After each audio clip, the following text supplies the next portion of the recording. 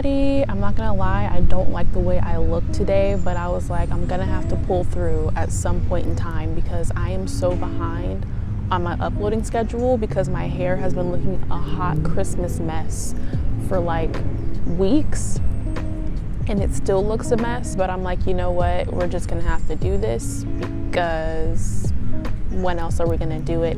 Also, filming with my front camera again, so apologies for just looking at the screen and not you. But I got a tripod and I got a microphone.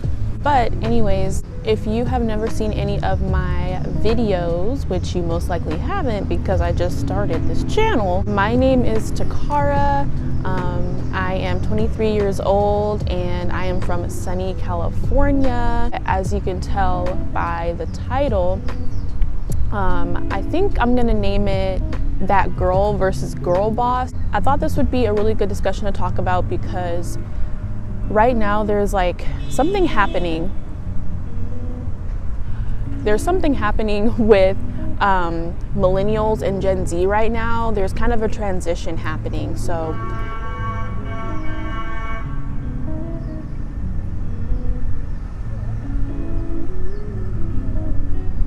I feel like right now millennials are getting a little bit older and transitioning in their lives, and I feel like all of the trends, all of the like types of lifestyles and just, I don't know, a lot of the things that were made to be really popular by millennials are also starting to phase out as well, and they're starting to not really be the center of attention as much. They're not really as much of that like young leading generation that they're used to being. The youngest millennials are 26, I believe, if my research is correct.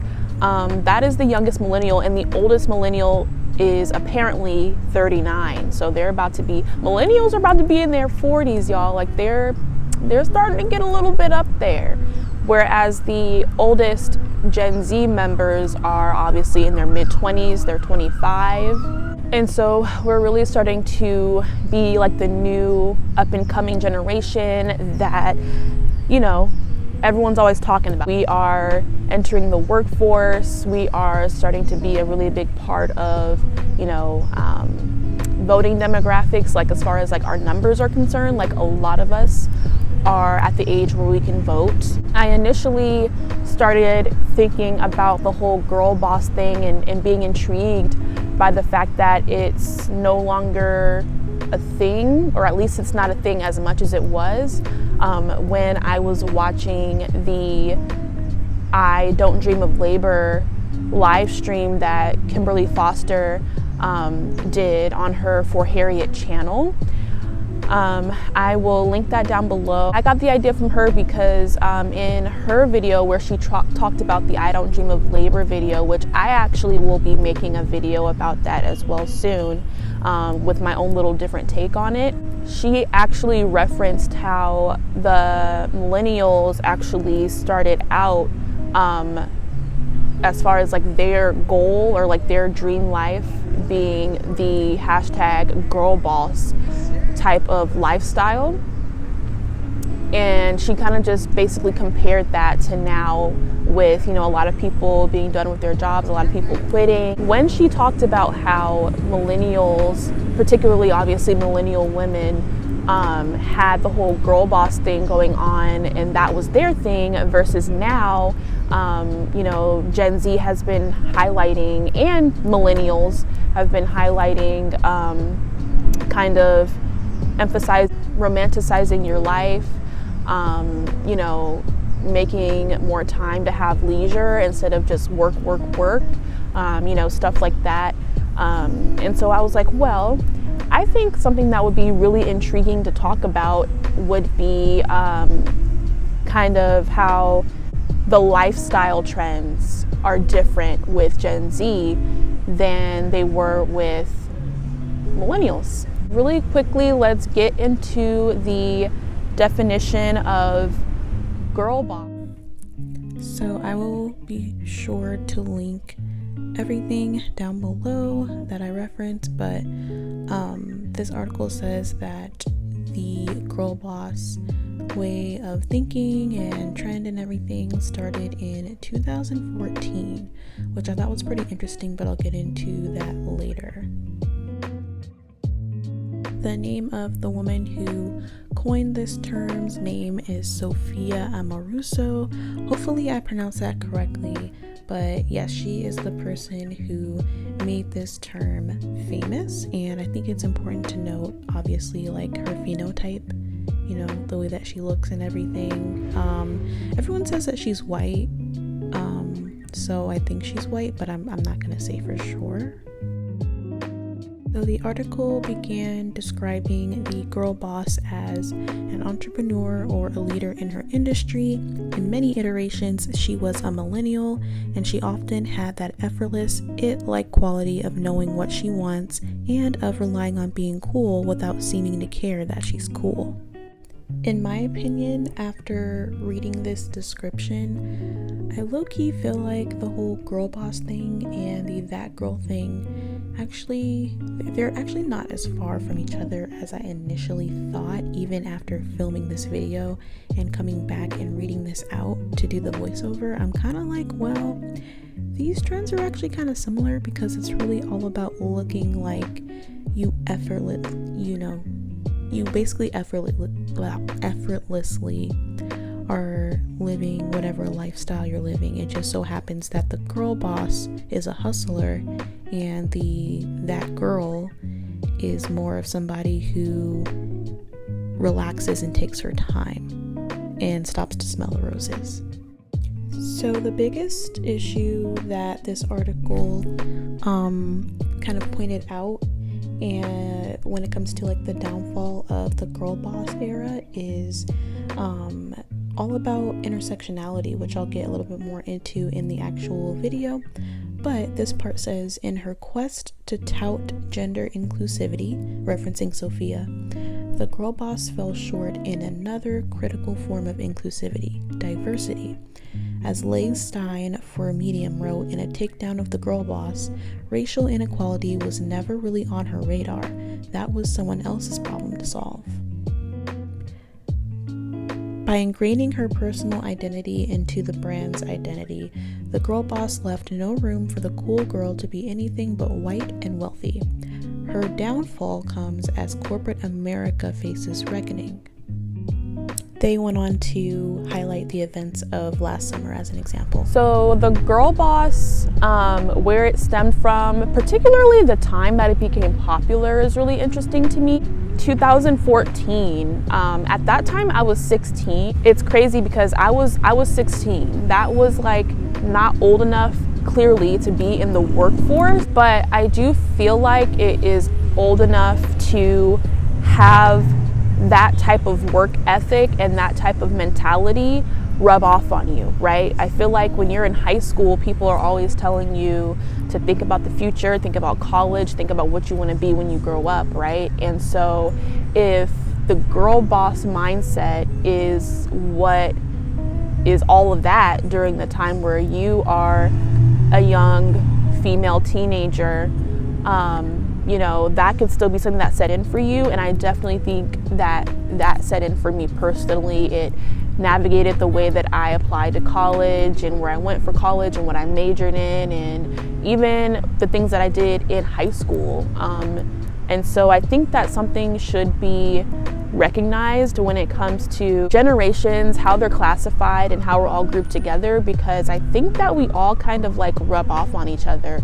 I even see that the older side of the millennials, the ones that are in their mid to late 30s, actually have some influence from the younger Gen Xers. Like they share some commonalities with the people that are already in their 40s, particularly their early to mid 40s. Like they share some commonalities as well. I actually feel like the younger millennials share a lot in common with the oldest members of Gen Z. So there's a lot going on, and I actually wish that generations were classified differently in terms of the cutoffs of the age range that we're all supposed to be. Even when you look at millennials, it's like the oldest millennial is 39, but the youngest is 26.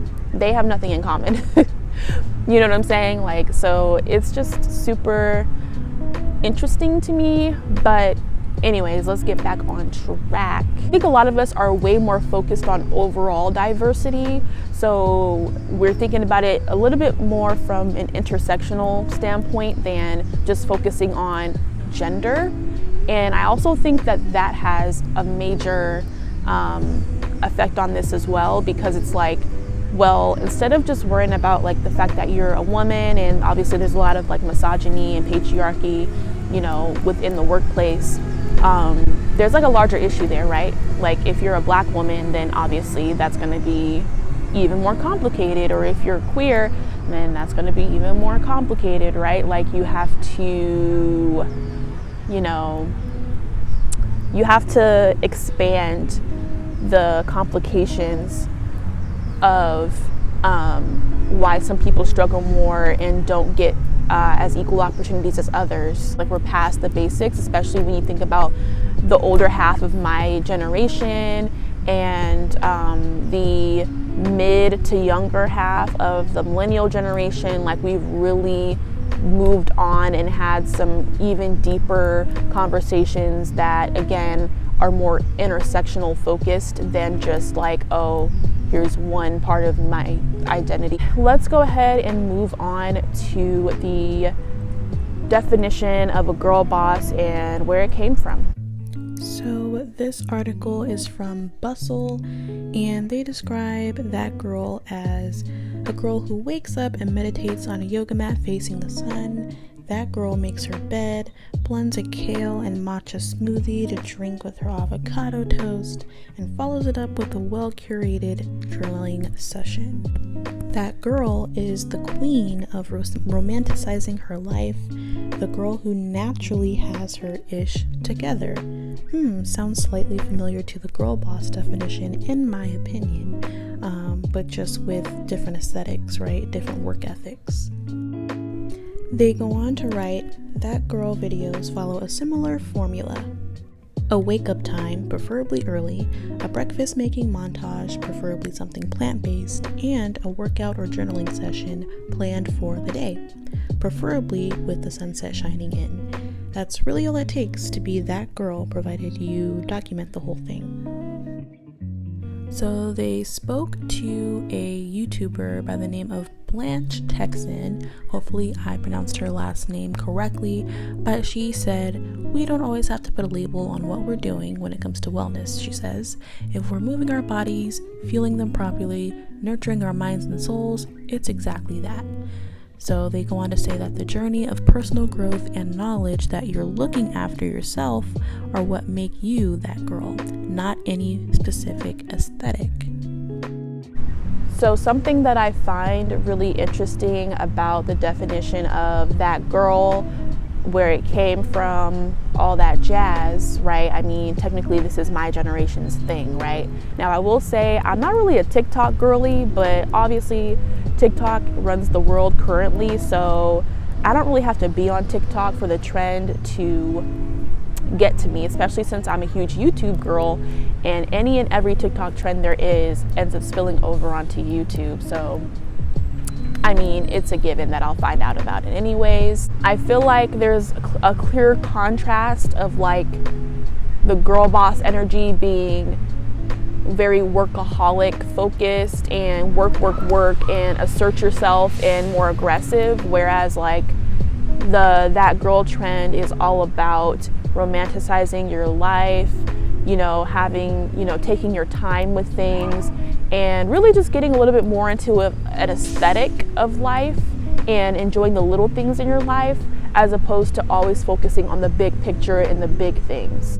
This has been a thing for a minute, like us prioritizing, or not prioritizing, but wanting to prioritize having a more luxurious experience in life, not in the sense of material things, which a really good luxury video that recently came out is from Tiana, formerly known as Tiana Empowers on YouTube.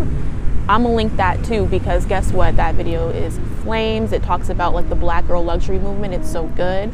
But anyways, you know, we want higher quality of life, and we want to get it by doing the things that I listed off from that article. We are starting to try and emphasize, you know, us not being work machines, and that not defining our importance, right? That not defining what we deserve as human beings as far as respect and love, not just from others, but from ourselves, right? Like being kinder to ourselves and all of that, even though I recognize and understand that the trend has its downs for sure, and it does kind of glorify certain things, especially the people that do go viral. Like we know what they look like. We know what the people that go viral look like, okay?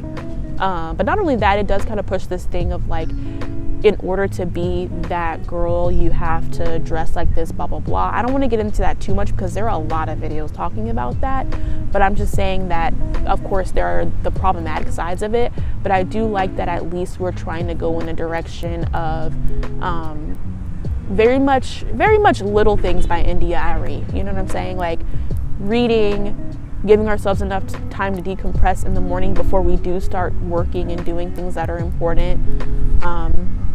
I think that that's at least nice, and maybe if we can clean it up a little better, it'd be great. But overall, as somebody who's on the cusp of both the millennials and the Gen Zers, I identify with both the girl boss movement and the that girl movement. I most definitely do desire a life where I can just sit in the park and relax and maybe journal and like read books and things like that, or like take myself out on dates and go to cafes and walk and hike and I don't know, do things that don't have to do with working. One problem that a lot of people have been facing lately, no matter the generation, is just feeling like if they're not always working, or they're not making X amount of money, or they're not immediately achieving their goals, that they're not worthy as a person. And I do think that this pressure that a lot of people are experiencing are causing everyone to kind of like be like, okay, let's like reassess what's going on and make sure that I'm actually present in my life instead of just like eating, breathing, and sleeping work, but also eating, breathing, and sleeping like self-doubt and you know, anxiety and things like that. There's a trend going on, and I think I'm going to make a video about it, where everyone's talking about being a workaholic, right? And I even basically just spent this entire video talking about being a workaholic, but I also think that there's a huge sector of people who feel so much pressure to be perfect that instead of overworking, they just shut down. And I think that the type of trends about romanticizing your life and enjoying the little things can also benefit them, because sure, this type of stuff can help people slow down, right, and stop to smell the roses, but this type of stuff can also make people realize that there are roses in the first place, right? It can actually get people going, versus them having to be slowed down, right? Like it can actually motivate people. This video was kind of disorganized. I'm gonna try to do the best I can with editing and voiceovers to make it seem way better.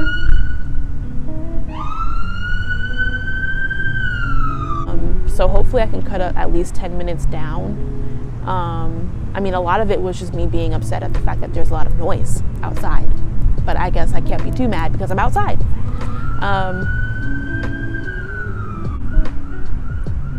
Ciao. Anyway, so I hope you enjoyed this video. I don't know. I randomly just ran out of energy, to be honest, so I don't know if this video is going to be that great, but it's fine. I hope you enjoyed. I hope you got something from it. I was kind of all over the place, but I'm starting to get a little nervous. It's starting to get later in the day. More people are coming to the park, so I'm just like in front of people filming, and it's like really weird. So make sure that you check out my previous videos. I'm so glad I can say that now because I do have like a handful of videos up on the channel now. So yeah, check out the previous videos that I have up. I hope that you guys have a wonderful day, a wonderful night, wonderful evening, and I really hope that everyone is being kind to themselves. That's like the most important thing. Be kind to yourself, people. Okay, I'll see you in the next video.